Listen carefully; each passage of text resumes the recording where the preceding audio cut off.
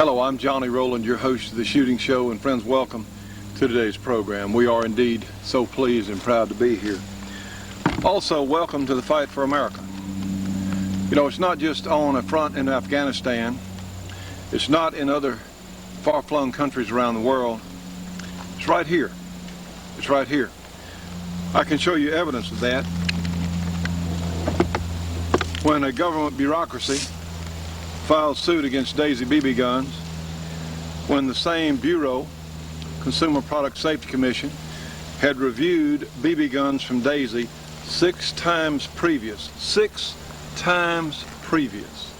and said there was nothing wrong with the guns. And on the last day, when the Clinton Eastern appointee, Ms. Brown, was due to leave office, vacate her position for an incoming director of that bureaucracy, she decides she's going to file suit against Daisy BB guns for some sort of safety violation, which they had passed 6 times, 6 previous examinations before. You see, friends, the fight for America is right here. We're being told to be vigilant. Well, I want to know this. By the way, if Daisy BB Guns loses this, it will cost them about $10 per gun to fix 7.3 million guns, $73 million. Daisy can't get that kind of money. I really doubt it. So it's going to put them out of business. But you know, if they come after these guns, what about these guns? The lever action Winchester or Marlin or others that are out there literally in the millions. What about them? What about now a provision instituted by Senator Levin from Michigan that would allow the confiscation of all M1 carbines that were previously sold to American citizens by the government surplus? What about 1911s? The great Browning design sold to so many Americans. What about them? It would allow confiscation of them. What about M1 Garands? What about 1903 Springfield? And friends, that provision is still in that committee. We're trying to get it out. We, all of us, are trying to get that provision to confiscate these guns out. Yeah, Osama bin Laden has made war on the United States, but we also have the New World Order, the socialists, that are also making war, and they're right here amongst us. And you know, it's pretty easy to profile someone who looks like he's from the Middle East, wearing a turban, speaking a funny language. But what about a liberal who looks just like the rest of us, but in his own way wants to ensure the destruction of our country as much as a wacko like Osama bin Laden? What about that? Why right now, if we're being encouraged to be vigilant, why isn't the federal government encouraging target practice with these guns that they sold us? Why not that? And also, and I wouldn't mind saying, look, let's encourage target practice. Let all the women and the kids and the men learn how to properly use guns, how to use them safely. What's wrong with that? Well, we're not hearing that. Dianne Feinstein, Senator Levin, Barbara Boxer, Teddy Kennedy, Hillary Clinton, the usual suspects, Chuckie Schumer, still want to disarm us. Why? Well, we know why. Because they want their one world police state paradise.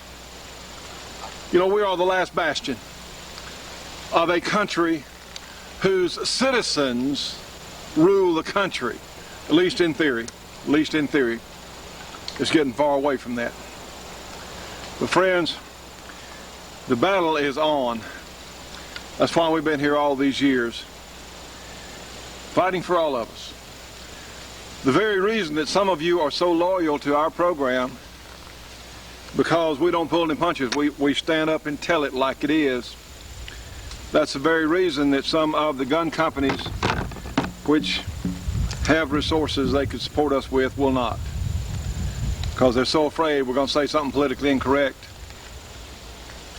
that it would get them in some kind of trouble. And today, as hunting clubs get older, today as shooting groups get older, because we don't have young people coming along to fill the ranks, it's easy to see in a reasonable time frame that there won't be gun owners left in America unless we act now and continue to act. We've got to reach more people on TV, friends. And it is indeed a privilege to be here with you today. But that's why we're having to look at other things out here, other television projects to help us stay on the air. Because we can't count on the industry to support us. That's crazy, isn't it? #1 gun TV show in the world. That's crazy, but that's okay. That's the way it is. That's the way it is. We have a great show for you today. And certainly I would encourage everyone to go out and get a gun like this if you can. Can't get one like this, get one like this. Get any firearm you can and learn to properly shoot it. Because I think every American ought to enjoy, we have an obligation to know how to shoot guns, how to take care of them, how to load them properly, and how to defend ourselves. You know, I wouldn't be against if the federales came out and said, look, everybody needs to learn to shoot a gun.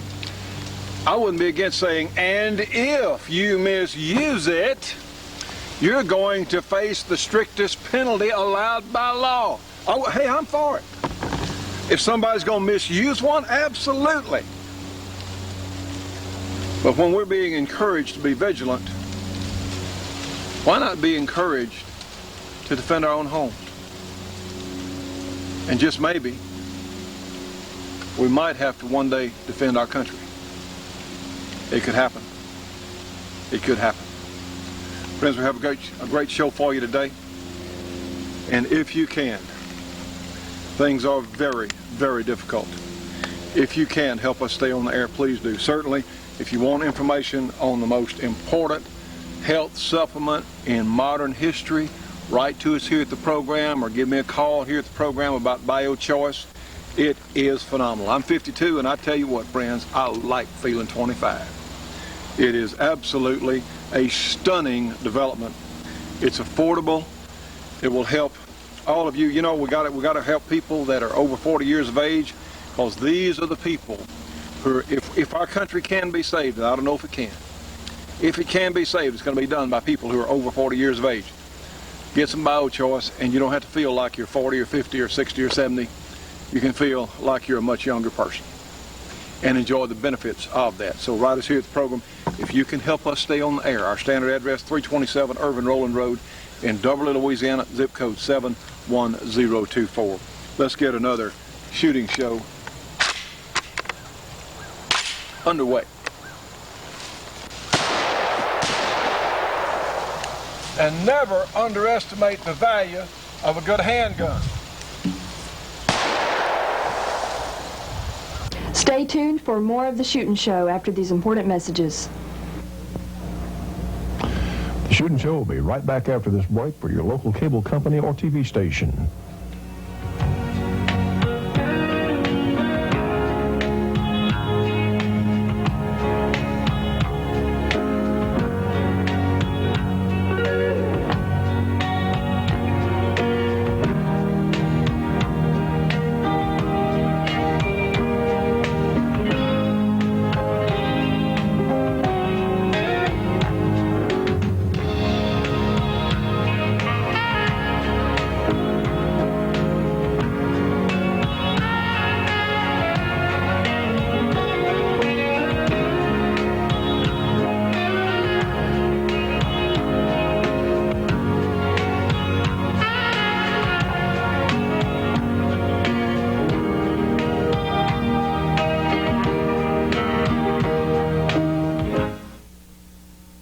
This is the new Georgia Arms 20th anniversary catalog. Of course, has a memorial there to our good friend Jim Clark there on the cover. This is a terrific catalog from the finest ammunition maker in the United States. They have all kinds of great prices on all sorts of ammunition: 243 Winchester, 270s, 7.62 by 39 Russian, all kinds of great stuff. They've even got 308 tracers, 30-06 tracers, all kinds kinds of neat stuff here in this great new Georgia Arms catalog. They have components if you want to load your own ammo, and look here, we've got the shooting show and our new 460 Rowland kit on sale as well. Georgia Arms has the best prices for custom grade ammunition that I'm aware of in the United States. And guess what else? They're helping to support our shooting show. Friends, give them a call today. Free phone call, free catalog, 1-800-624-6861, 1-800-624-6861, Georgia Arms, and please remember to tell them that you heard it and saw it here on our program.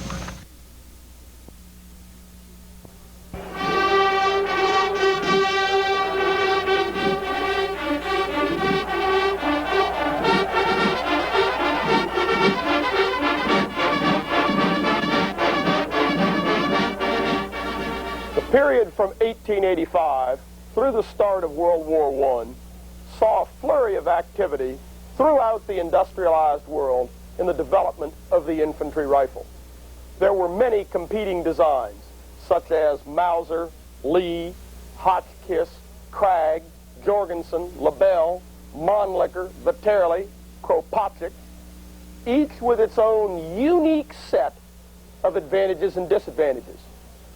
The adoption of any one particular design over another was as much caught up in questions of national pride as it was in superiority of design. Further, many of these designs went up dead-end streets as they were chambered for black powder cartridges, rimfire cartridges, had tubular magazines, or had some other problem. Some of these designs recovered from their problems and got back into the mainstream of development. Others never recovered and simply disappeared from the scene.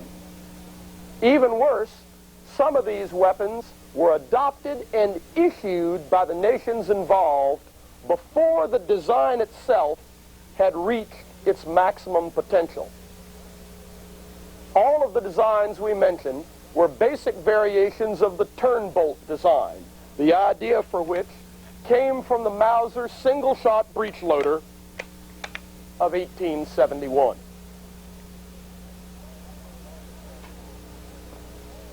By the start of World War I, almost all weapons that had been adopted were bolt action of one sort or another.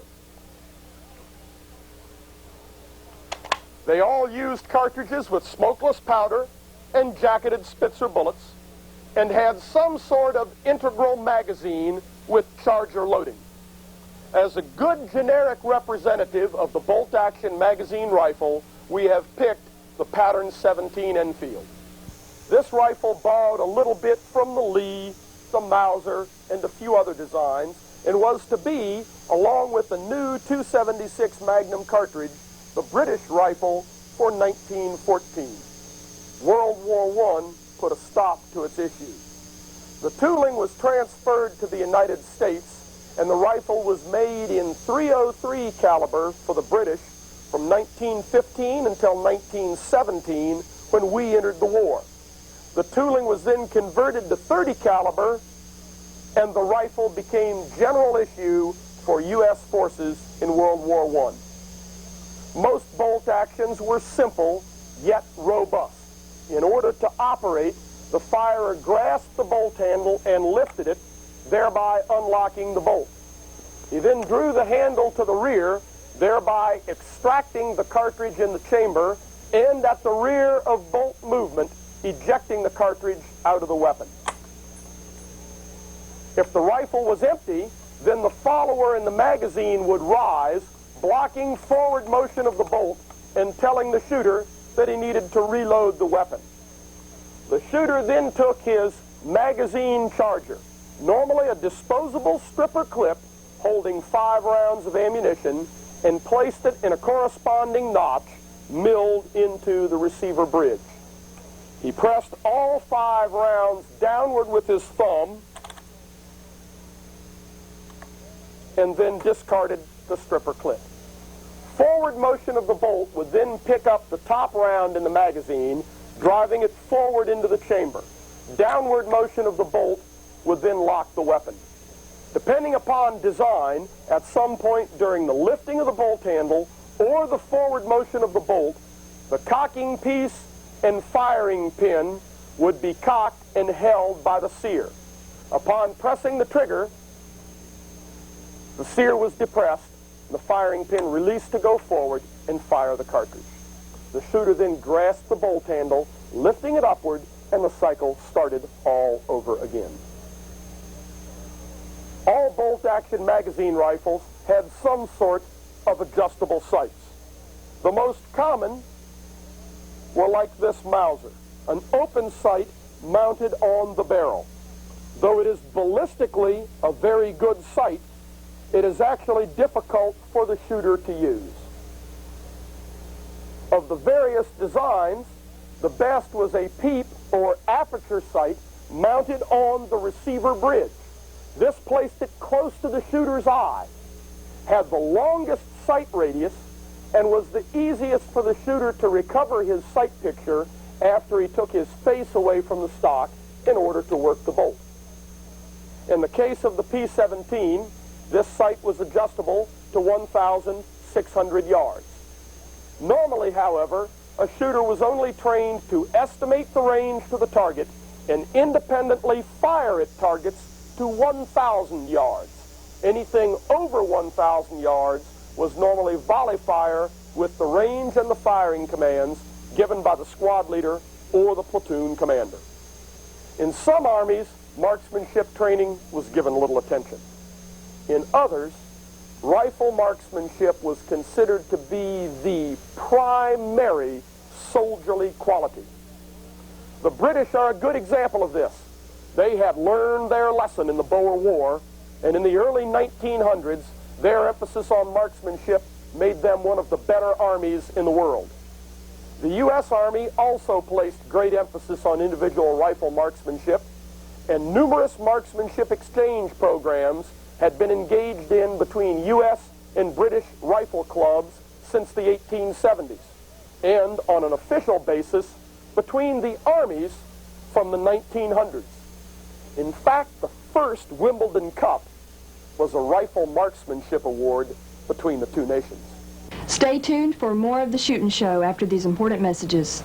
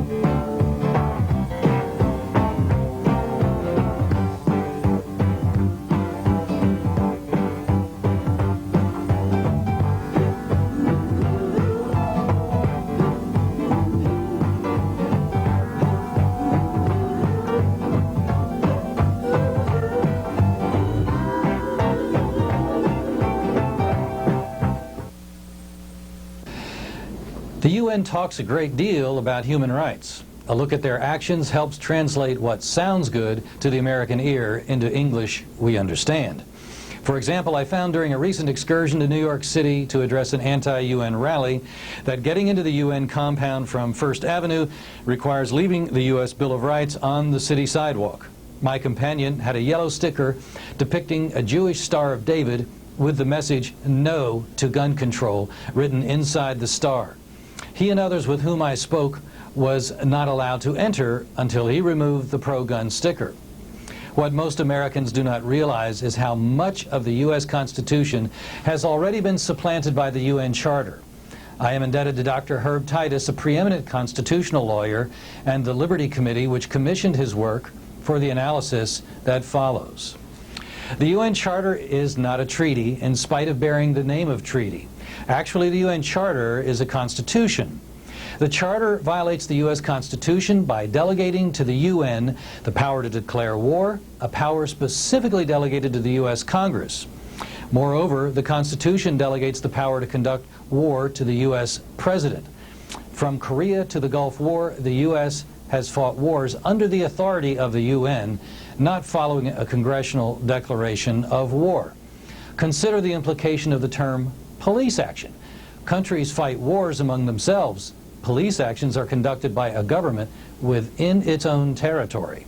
The implication of a UN police action clearly is that the UN is the government of the world and all the countries are but subdivisions of the UN. The Charter unconstitutionally delegates the power to levy taxes. The UN has arrogated unto itself the power to assess dues, which are calculated just like a progressive income tax. If the U.S. does not pay its dues, after 2 years it loses its vote in the General Assembly of the UN. The U.S. Constitution vests the power to levy taxes in the House of Representatives. The UN Charter violates the 10th Amendment of the United States Constitution. A whole gamut of state powers, health, welfare, education, crime, environment, are nowhere to be found as powers delegated to the federal government. They are reserved to the states. The UN Charter claims the power to act in all of these areas through treaties which would override state laws. For years, Congress has approved funds for various UN organizations which in effect transfer power reserved for exercise by the states. Consider, since the Congress is prohibited from enacting laws regarding rape, could it get into this arena by relying solely on the UN Charter to do so? The UN in this way could become a gigantic interstate commerce clause and abused even more than has been this clause of the U.S. Constitution. UN spokesmen are arguing that one's physical security, that is, freedom from rape, is an international security issue. It is the same totalitarian logic that has stretched the Interstate Commerce Clause from its intended framework for trade from state to state to an empowerment of the federal government to regulate anything and everything because it could be shown that even doing nothing has a negative impact on interstate commerce. All these operations of the UN are those of a government operating under a constitution.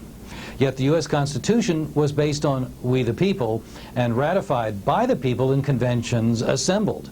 The UN Charter was approved only by government agents and never submitted to the people of the U.S. for their legislatures or conventions to ratify.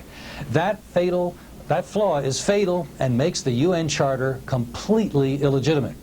Gun owners should be particularly concerned because one of the human rights in the minds of most of the UN bureaucrats and member countries is freedom from guns. Strictly speaking, they envision a world without privately owned guns where governments have a monopoly. The UN website leaves no doubt that this is the preference of the UN bureaucracy. As with speech, the UN has no regard for the right to keep and bear arms. These are reasons why the U.S. should get out of the UN. The best way to do that is to pass Representative Ron Paul's bill, H.R. 1146, to get us out of the UN. And from Washington, this is Larry Pratt for Gun Owners of America. To join Gun Owners of America, you can call them at 888-886-4867 or find them on the internet at gunowners.org. Remember, friends, they're helping to keep us on the air. Let's support them as well. Now, friends, let's go back to 1994 to a feature and review what we did then. I hope you enjoy this. Now, friends, today we have a couple of real boomers, if you know what I mean. We have one of the great Wesson 445 Super Mags here, this large revolver. And we have our AMT Automag 5 and 50 Action Express. Now, these guns look a lot different, but actually what they do is pretty similar. The 445 Super Mag, and if you'll take a look at the picture on your screen, you can see that the 445 Super Mag is on your left, a 44 Magnum in the center, and a 50 Action Express on your right. You can see they are cartridges that differ quite a bit in size. The 445 Super Mag is actually a lengthened to 44 Magnum, about 3/8 of an inch longer, in fact, with the same diameter bullet. And of course, the 50 Action Express is a 50 caliber, running anywhere from a 300, 325 grain bullet at about the same velocities that the 445 Super Mag will also do with a 300 grain bullet. Now, honestly, friends, people want to know which, of course, there's been a lot of hoopla, shall we say, around the 50 Action Express, and it is a nice cartridge. It is a semi-automatic pistol cartridge. I'm not sure how good a revolver cartridge it will be because a couple of the companies are starting to make revolvers in 50 Action Express. I'm not sure because, one, you don't have a roll crimp on the bullet, and I don't know if you would have bullet pull to worry about, don't know. But when you can have a revolver with a similar powered cartridge, it just depends on which action type you like. But we're going to compare them briefly. Now, this Wesson revolver has about a 10-inch barrel. It's also compensated. So let's put a couple of these long .445 cartridges, and really this is a very, very pleasant gun to shoot. It's really surprising how well the Wesson compensators do on their guns. But realize, again, we have cartridges of similar power. Both of them run 300 grain bullets, 13 to 1400 feet per second. Neither one of them are as powerful on paper, certainly, as the .454 Casull, but they're not that terribly far behind. There may be some advantage to the 50 caliber bullet. Simply, it's a bigger bullet. It's going to make a little bigger hole, but you're not going to have as good a trajectory with the 50 Action Express as you will, say, with a cartridge like the .445 Super Mag. Well, let's shoot some .445 ammunition. Let's take a look at it in my hands anyway. Friends, you know it went off, but let me tell you what, it was not punishing. That compensator really does work. Now, that's pretty fast firing for a cartridge of this power, but the gun really is very controllable, as you could tell. And I honestly, some people are going to carry this as, say, a trail gun in Alaska, because I always think about, well, what if something like a grizzly bear or something got after me, or a mountain lion or whatever? You darn sure want the thing to be reliable. You want it to have all kinds of power, and you want to be able to shoot it fast and accurately. Stay tuned for more of the Shootin' Show after these important messages.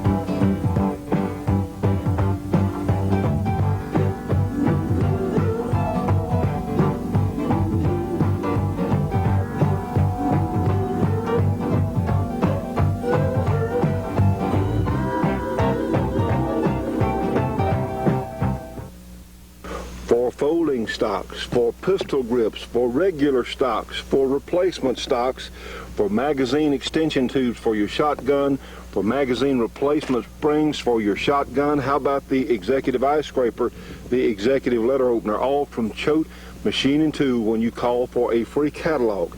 You can get the executive letter opener, a multi-purpose tool, or the executive eye scraper, a multi-purpose tool, for only your choice, only $2 when you call for a free Choate catalog. You can get both of them for $4, a $10 value. Friends, if you're a shooter or a gun owner, you need one of the Choate Machine and Tool Company catalogs. Call them today, 1-800-972-6390. In Ball Knob, Arkansas, they're helping to support our project. You need one of their catalogs. Again, 1-800-972-6390. And please remember to tell them that you saw it here on our show. And now for our support group, we have Custom Leatherwork and Saddlery in Dennis Springs, Louisiana. We have Brooks Communication in Albuquerque, New Mexico. We have Dennis Crocker Firearms Training there in South Carolina. We have Gearlings Equipment Rentals in Southern California. And we have Mike and Sherry Harris Pilot Services and Consulting in South Carolina. Friends, we'll see you on the next show.